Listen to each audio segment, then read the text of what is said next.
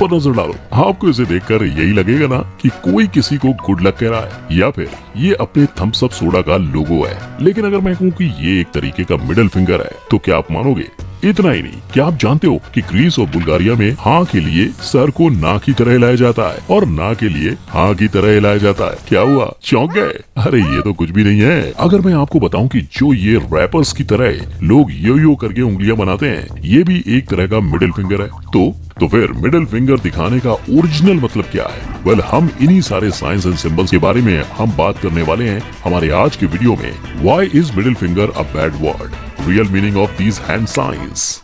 Number 1, okay sign. ये देखिए, यहाँ तो मोटा भाई हमें बता रहे हैं कि सब कुछ चंगा सी, लेकिन इंडिया के बाहर ये साइन चंगा नहीं है सी, और ये हमें क्या, हमारे प्राइम मिनिस्टर को भी दिक्कत में डाल सकता है। और ऐसा हुआ भी है। नहीं, मोटा भाई के साथ नहीं, बल्कि US vice president Richard Nixon के साथ। जब 1950s में वो ब्राजील गए और वहाँ उन्होंने यही साइन दिखाया, तो वहाँ के लोग अनकंफर्टेबल हो गए, क्योंकि ब्राजील में इसका मतलब ओके नहीं होता है। इनफैक्ट इसका मतलब होता है एसोल। और इतना ही नहीं, इस गोले को वहाँ का मिडिल फिंगर भी माना जाता है। लेकिन सिर्फ ब्राजील ही ऐसा देश नहीं है जहाँ इसका मतलब कुछ अलग है। टर्की, रशिया, मेडिटेरेनियन जैसे रीजन में भी इसका मतलब मिडिल फिंगर और एसोल तो होता ही है। लेकिन किसी को होमोसेक्सुअल बोलने के लिए भी ये साइन यूज किया जाता है। अब चलो, ये तो हो गई गाली गलौज की बात, लेकिन हाल फिलहाल इस साइन को व्हाइट सुपरमेसी, मतलब कि गोरे लोग टॉप पर रहे, ऐसे हेट ग्रुप से भी लिंक करा गया है और इसे एक हेट सिंबल की लिस्ट में भी शामिल कर दिया गया है। तो अगली बार ये साइन थोड़ा सोच समझ कर यूज करना।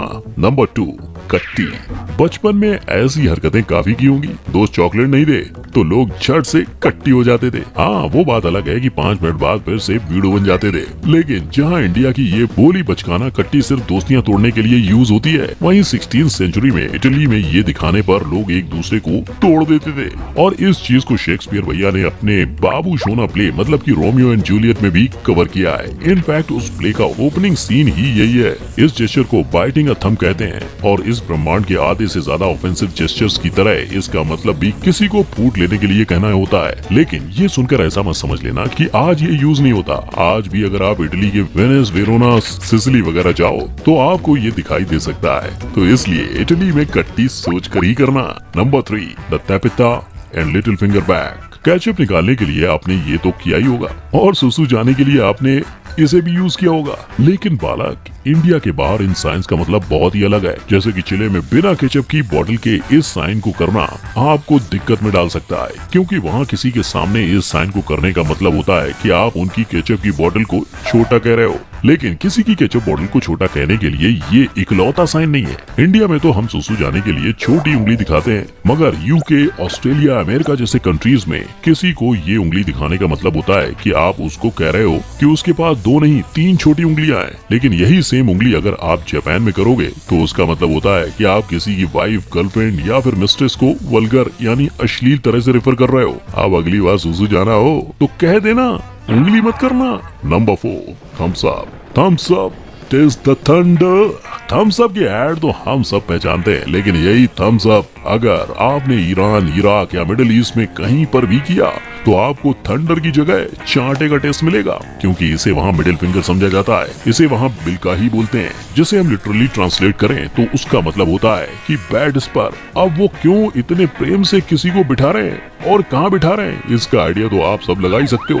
सो वहाँ अगर आपको कोई थम्स अप दिखाए तो उसे सपोर्ट मत समझना। ये गलती जब अमेरिकन ट्रूप इराक में घुस रहे थे तब उन्होंने भी की थी। उन्हें बाद में पता चला कि लोग उन्हें सपोर्ट नहीं बल्कि थम्स अप दिखाकर गालियां दे रहे थे। Number 5, rock on sign. आपने लोगों को रॉक म्यूजिक सुन के ऐसा करने की काफी आदत है, लेकिन अगर आप स्पेन, ग्रीस या इटली जैसे देशों में हो तो ये साइन मत करना, वरना म्यूजिक की जगह आपको आपकी पिटाई की आवाज सुनने को मिलेगी, क्योंकि वहाँ इस साइन को कॉर्ना कहते हैं और इसे ये बताने के लिए यूज किया जाता है कि किसी की वाइफ किसी दूसरे के साथ मियाँ बीवी खेल रही है और सारा गाँव जानता है। एंड ये 2500 साल पुराना जेस्चर इतना दर्दनाक इसलिए है क्योंकि ये दर्शाता है कैस्ट्रेटेड, यानी कि जिसके खानदानी जेवरात निकाल दिए हों उस सांड के सींगों को, क्योंकि उसके पास अब अंडे तो है नहीं, सिर्फ अंडे कुचलने वाले सींग ही हैं। कुछ उसी तरह जिस तरह एक आदमी की बीवी उस पर चीट कर रही होती है तब। और ये साइन वहाँ काफी सीरियसली लिया जाता है। इनफैक्ट जब फेब 2002 में इटली के प्राइम मिनिस्टर सिल्वियो बर्लुस्कोनी ने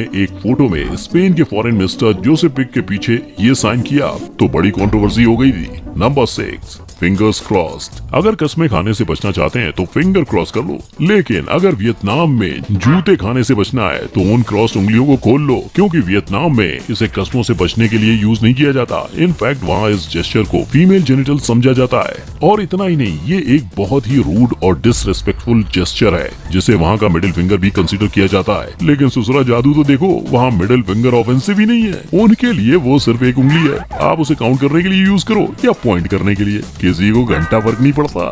नंबर 7, वी साइन। चर्चिल भाई के फेमस वी साइन का मतलब तो विक्ट्री था और आज तो उसको पीस साइन भी माना जाता है। लेकिन अगर आपको चर्चिल भाई बनना है तो अपना वी साइन ऐसे रखना, ऐसे नहीं, क्योंकि जब वी साइन में आपका पाम आपकी तरफ होता है तो यूके, ऑस्ट्रेलिया, न्यूजीलैंड जैसे देशों में इसका मतलब मिडिल फिंगर दिखाना होता है।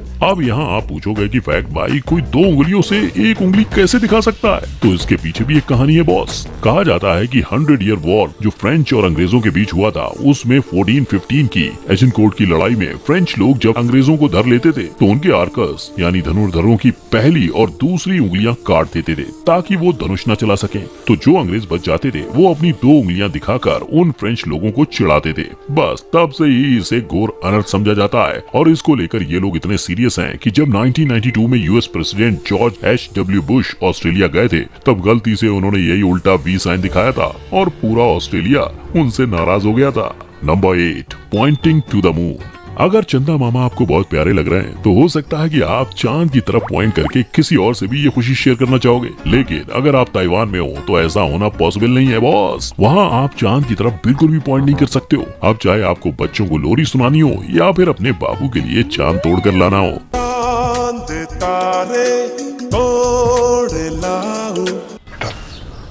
तुमसे ना हो पाएगा।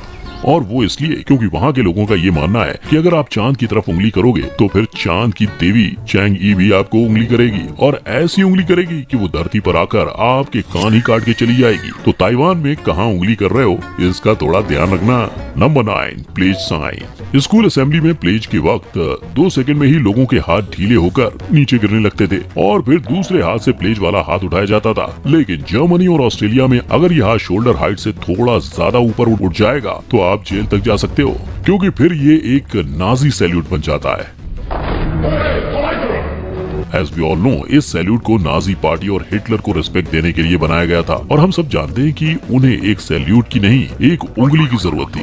रही बात जेल जाने की, तो बॉस मैं ऐसे ही नहीं कह रहा हूँ। जर्मनी के क्रिमिनल कोड के सेक्शन 86A में लिखा है कि आपको नाजी सैल्यूट के लिए 3 साल की जेल हो सकती है। लेकिन इतना ही नहीं, ऑस्ट्रिया में तो आपको नाजी सैल्यूट के लिए 10-20 साल तक की जेल हो सकती है। इनफैक्ट किसी किसी केसेस में तो आपको पूरी लाइफ के लिए अंदर डाल देंगे। और ये लॉज अपने जर्मन भाई लोगों ने बनाए उससे पहले, जब नाजी सैल्यूट जर्मन लोगों के लिए मैंडेटरी था। तब नाजी जर्मनी के फॉरेन मिनिस्टर जोचेन वॉन रिबेनट्रॉप फरवरी 1937 में इंग्लैंड के राजा जॉर्ज 6 से मिलने गए थे और यही सैल्यूट करते वक्त उस राजा को ऐसी चपेट लगी कि वो ऑलमोस्ट बेहोश हो गए। उसके बाद तो रिबेनट्रॉप की हंसी उड़ गई थी। तो अब मजाक बनने से डर या फिर जेल जाने के डर से प्लेज के वक्त हाथ ज्यादा मत उठाना। Number 10, middle finger. कृपया दर्शाए गए सीन को घर पर ट्राई ना करें, क्योंकि ये बाहर के देशों में ही नहीं बल्कि इंडिया में भी ऑफेंसिव है और इसके पीछे का रीजन है सेक्सुअल असर्शन, एग्रेसिवनेस या फिर अपनी भाषा में बोले तो किसी को भाड़ में जाने के लिए कहना। ये साइन बिल्कुल आलू की तरह है, किसी भी इंसल्ट में कभी भी यूज हो सकता है। लेकिन जैसा कि वार्निंग में बताया गया है, कृपया ट्राई ना करें। अब ये तो आप जान चुके हैं कि हर जगह उंगली नहीं करनी चाहिए, लेकिन क्या आप ये जानते हैं कि middle finger as an insult ancient Rome से यूज की जाती रही है। इनफैक्ट वो उसे डिजिटस इनफेमस, इंग्लिश में कहें तो इनफेमस डिजिट, मतलब कि बदनाम उंगली कहते थे। और इतना ही नहीं, वहाँ का एम्परर कैलिगुला लोगों से अपनी यही डिजिटस को किस करवाता था अपनी धौंस जमाने के लिए। मगर ठहरो मियां, उससे भी पहले एंशिएंट ग्रीस में एरिस्टोफेंस नामक एक प्ले राइट यानी नाटक लिखने वाले ने अपने प्ले द क्लाउड्स में सोक्रेटिस को ही मिडिल फिंगर दिखवा दी थी। तो मतलब कि उंगली करने से बहुत पुराना नाता है लोगों का। तो फ्रेंड्स, ये थे दुनिया के काफी फेमस कॉमन साइंस, जिनके काफी अनकॉमन मीनिंग है। कुछ ऑफेंसिव है तो कुछ फनी। लेकिन इसमें से आपको कौन सा सबसे ज्यादा पसंद आया, ये कमेंट में मुझे जरूर बताना। और भाई लोग, अगर वीडियो पसंद आया हो तो लाइक एंड शेयर करना मत भूलना और ऐसे ही इंटरेस्टिंग वीडियोस देखने के लिए मेरे चैनल को सब्सक्राइब जरूर करना। जय हिंद।